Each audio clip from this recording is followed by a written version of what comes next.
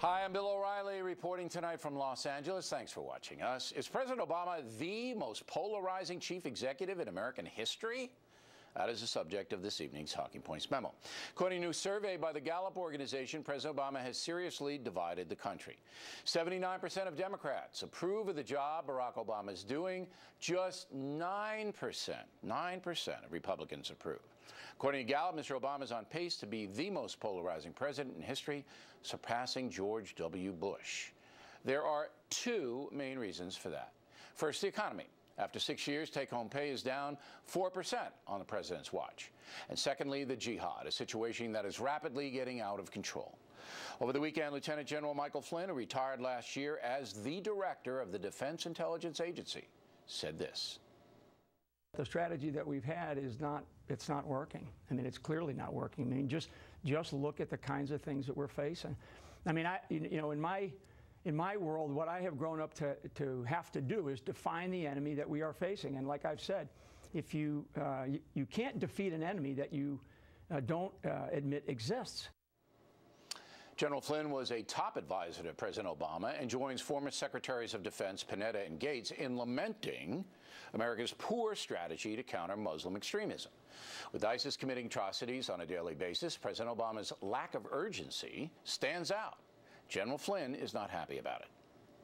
I think what the American public is looking for is they're looking for moral and intellectual courage and clarity, and not a sense of, and I just say as passivity or confusion. I mean, I think that there's confusion about what it is that we're facing. It's not just what has been defined as 40,000 fighters in the Islamic State in Iraq and Syria. It's also a large segment within this radical version of Islam that is actually, is threatening our way of life. To be fair, some Americans do not believe General Flynn. They do not see a threat to our way of life from the jihadists. But most Americans do understand a threat, according to all the polls. So Barack Obama, who once promised to unite the country, finds himself a divider. Not good for America. And that's a memo. Now for the top story tonight, a new book called Believer. It is written by Barack Obama's friend, David Axelrod, who guided his election and re-election, and who served as one of the top advisors in the White House until 2011. I read the book flying out here to Los Angeles last night. It's a clear guide to how Barack Obama achieved power. Mr. Axelrod does not criticize his former boss, only gently chiding him for blowing the first debate against Mitt Romney. The book demonstrates that David Axelrod remains loyal to Barack Obama, and the factor believes loyalty is a good thing. However, clearly the president's having some problems, and that's what I want to talk with Mr. Axelrod about tonight. He joins us from New York City. So rather than you and I debating policy, which we've done before, and that's fun, but I want to try to understand the thinking of the president. I'm a simple man, as you know, but I don't understand a bunch of stuff, and I'm hoping that you can clarify it for me and the audience. First of all, let's take General Flynn, Leon Panetta, Robert Gates. You know them all. They're patriots. Would you say they're patriots? I don't know General Flynn. I certainly know the other two, and I would say, yes, they're patriots. Okay. Well, General Flynn, Defense Intelligence Agency, working directly, maybe you were not there at the time, but he's a patriot. So all three are patriots. They all say the president does not have an effective policy overall to fight the jihad. So the first question becomes, does the president care what these three men think, and why isn't he following their advice? Well, first of all, Bill, let me say, this is a conservative's worst nightmare. I've taken over your studio in New York. I think when word spreads, there's going to be absolute panic out there. Look, first of all, there are a lot of people who are patriots. I think General Allen, who's advising the president, is a patriot. Lots of folks are patriots. I think we ought to dismiss the notion that if you disagree on a strategy that someone is a patriot and someone else isn't a patriot. And I certainly would dismiss the notion, Bill, because you're asking me as someone who knows the president, that the president doesn't care or doesn't feel a sense of urgency. I know Karl Rove is around here somewhere. I saw him earlier. I think Karl could attest to the fact that any person who sits in that chair, anyone who has to who listens to the daily intelligence reports in the morning, who is responsible for the lives of American service people, intelligence officers, and who feels a sense of responsibility for the safety of the American people has to feel a sense of urgency. And the president certainly does feel a sense of urgency, but he may not agree with the... But I want to know what the thinking is. According to these three guys, the strategy is confused, it's muddled, and let's give some concrete examples. We learned over the weekend that ISIS is spreading to Libya and to Egypt. On the president's watch, ISIS gained thousands of miles of territory in Syria and Iraq, taking over the second largest city in Iraq, Mosul. When asked about it, the president said ISIS is the JV. Clearly embarrassing, clearly made a mistake. And I don't understand why these mistakes are happening, Mr. Axelrod. Bill, let me ask you something. That comment about ISIS being the JV, did that come after they took over Mosul? And I don't think so. I think you've got your ordering. They were on the move. You've got your ordering wrong on that point. Look, I think that there clearly not just American intelligence, but intelligence around the world was taken aback by the quick movements of ISIS. The reason that it became possible was, of course, because our ally, Prime Minister Maliki, didn't do what he should have done, which is to forge a pluralistic governing structure there. You can make the argument, Mr. Axelrod, but you can also make the argument that Barack Obama pulled his soldiers out of there, and his military advisors, most of them said, don't do it, because you're going to leave a vacuum that was filled by ISIS. But, all right, again, so what you're saying to me, and correct me if I'm wrong. Disagree. Excuse me? Correct me if I'm wrong. Well, Barack Obama doesn't see, at this juncture in history, he doesn't see that his strategy to fight ISIS and the other jihadists is failing. He doesn't see that. He believes it's succeeding. Is that what you're telling me? I believe, well, look, I'm not in the White House right now. I only know what the president has said publicly, and I think it's what he believes, which is, he said from the beginning that this was going to take a long time to degrade ISIS. But it doesn't take a long time. It's 40,000 of them. Wait a second. That we needed to involve partners in the region, that we needed to build a coalition, that America couldn't be and shouldn't be the point of the spear, that we had to have a functioning government in Iraq, because the problem before 10-year-old girls are getting raped and killed. People are getting set on fire and beheaded. You can theorize all you want. We have a disagreement. And what do you and the president believe that it's working? What do you think the answer is, though? I mean, let's make you president of the United States for a second, which your viewers may want. I put forth the answer that you have to basically get a ground force. There's 40,000 of these people. Go in and kill them. It should be an international force, but this should have been convened months ago. And the president keeps looking away from the situation, say, oh, we'll get it done. It's not enough. It's spreading. The three top guys, Panetta, Gates, and Flynn, say there's no strategy. It should be concerning. Do you think that, let me ask you something. I got a whole bunch of other stuff. Have you posited your theory about how we should send ground forces in to Secretary Gates? Do you think he agrees with that? Yes. I do believe that they all agree there should be an international ground force. I think there is a great deal of debate as to the efficacy of putting in ground forces, and certainly American troops, and with the American people there is. I mean, some of the same voices who are calling for this were the same voices who were calling for us to invade Iraq in the first place. It's not an occupation situation. It's a confrontation situation. But the question is, what then? What happens then, Bill? Are we going to stay there in perpetuity? What happens then is... stay in perpetuity? No. We kill them, and then we leave. And if we have to go back, we kill them, and then we leave. And your assumption is that those 40, and that's it. There's no more anywhere else. Well, that this doesn't inflame the situation, that they don't have recruits coming in. This doesn't inflame. Does it add to our security, or does it detract from our security? You really want to use the word inflame after the Jordanian guy got set on fire? Is that the word you want to use? Come on. All right, I got to get to this. Prayer breakfast. Yes. Roll the tape on it. You don't use the word crusade, number one, in any context right now. It's too fraught. And the week after a pilot is burned alive and a video shown, you don't lean over backwards to be philosophical about the sins of the fathers. You don't get more left wing than Ms. Mitchell. And here's again my question. Here's my question.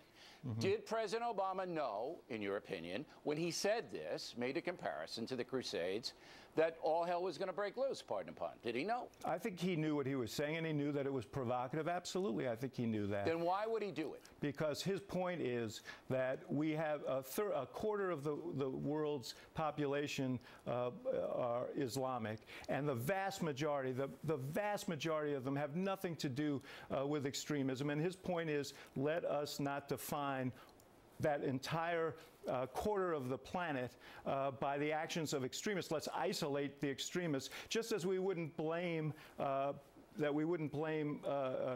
every Christian for the acts of some Christians, every Jew for the acts of some Jews. So he wanted to make that point, and he used that form. Okay, now I understand.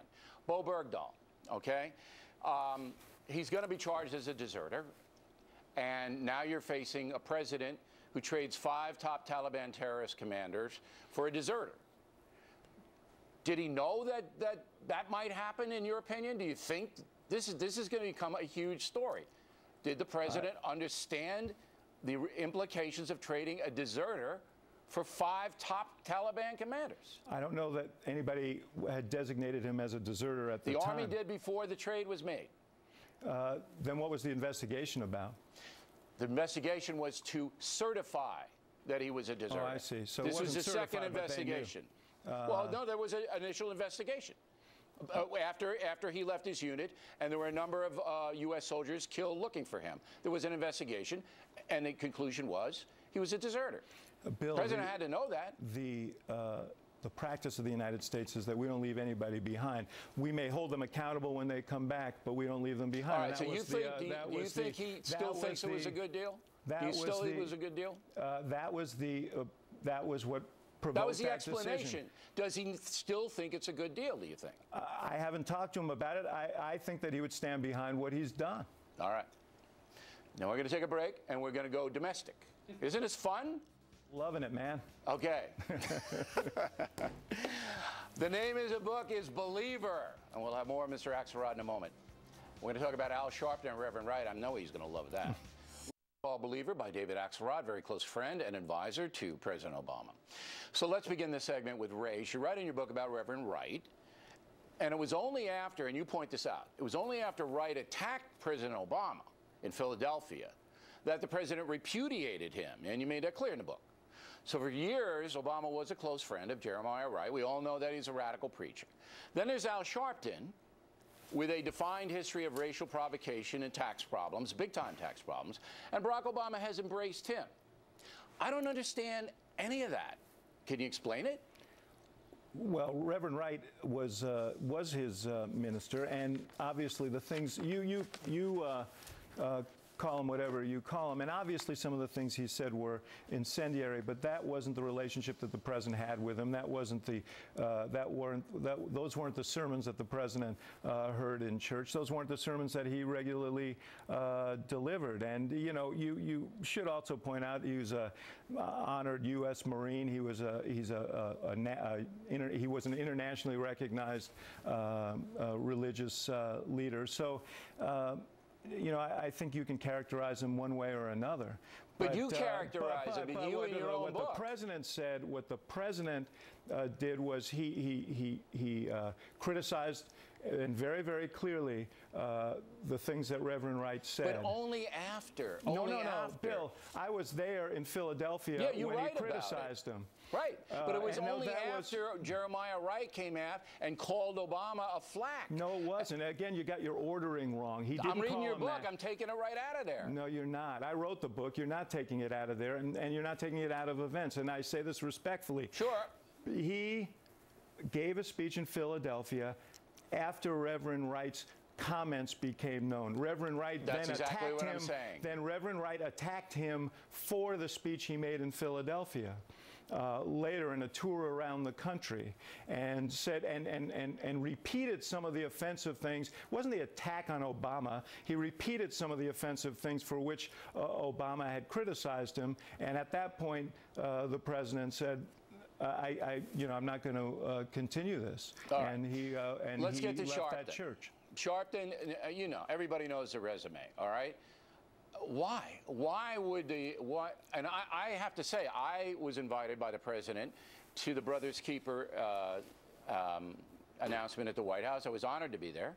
I think it's a great program, the Brothers Keeper program.